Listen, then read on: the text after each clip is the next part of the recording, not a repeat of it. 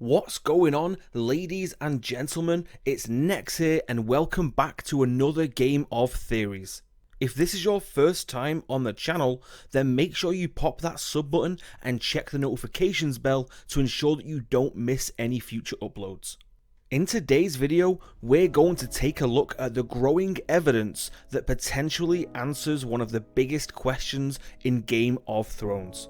How does the Night King plan on getting his army south of the wall? What trick has he uncovered that will make it fall? Ever since that scene at the end of season 6 between Bran and Benjen where they're discussing the wall, I've always thought that that was the biggest clue about what was needed in order to knock it down. The wall's not just ice and stone.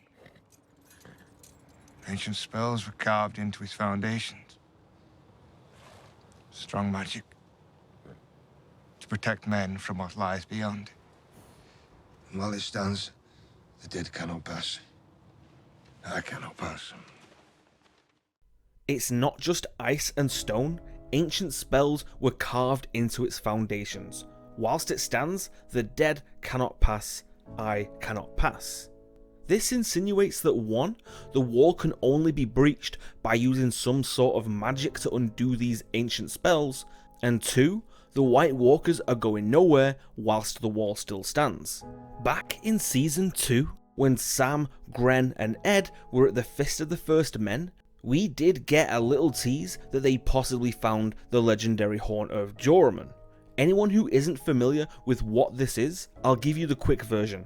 Basically, thousands of years ago, there was an old king beyond the wall called Joramun, who supposedly had a horn that he blew to wake the giants from the earth. It has long been rumoured that the very same horn can also be wielded to bring down the wall. Sometimes people refer to it as the Horn of Winter. Despite all that, no one in the TV show has even so much as spoken its name or even acknowledged that they found a horn with the dragon glass. So given that we're this far in, I'm pretty sure that the horn they unearthed was just a little Easter egg to the books. Aside from that, the only other major talk about what could bring the wall down is a white dragon or an ice dragon, but as I've stated before, if the only way the Night King can get past the wall is by using a dragon, then why would he already be marching south? Let's make one thing clear. The White Walkers are marching on the wall because they already have a plan for getting onto the other side. So, what could it be? Well, since the start of season 7, there has now been 4 huge Easter eggs that suggest exactly how they're going to do it, and 2 of them are quite compelling evidence. Before we get to them, let's take a look at the first time we ever see something that gives us an understanding of how the magic of the wall works, which is all the way back in season 1, episode 8. Several members of a ranging party are found dead by the Night's Watch and they're brought back through the wall into Castle Black. And during the night, one of them turns into a white and tries to attack Joramun. So we know that it's irrefutable that the magic of the wall does not act as some almighty bubble for the entire realm south of the wall. Similar to how the magic in the Three-Eyed Raven's cave worked, the magic stops any whites or White Walkers from climbing and coming into contact with the wall. The fact that that particular brother of the Night's Watch was brought through already dead and then turned on the other side, I'm certain was just a stroke of luck, but it does prove that whites can be animated on the other side. Now, time for the first Easter egg. In the first episode of season 7, when Sam is helping Archmaester Ebros do an autopsy, he's constantly pressing for access to the restricted library so he can study any literature about how to defeat the White Walkers. In the end, even though the Archmaester believes Sam about the White Walkers, he declines his request but leaves him with a very strong relevant statement. The wall has stood through it all, and every winter that has ever came has ended.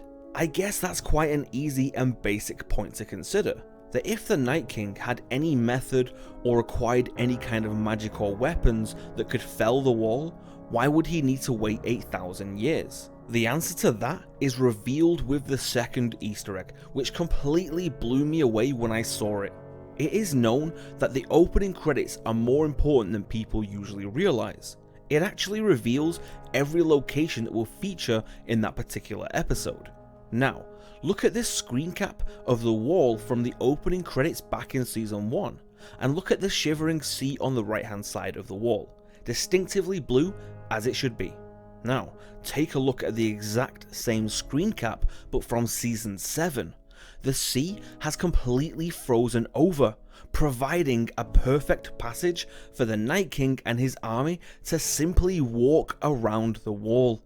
This is the reason why he's had to wait so long.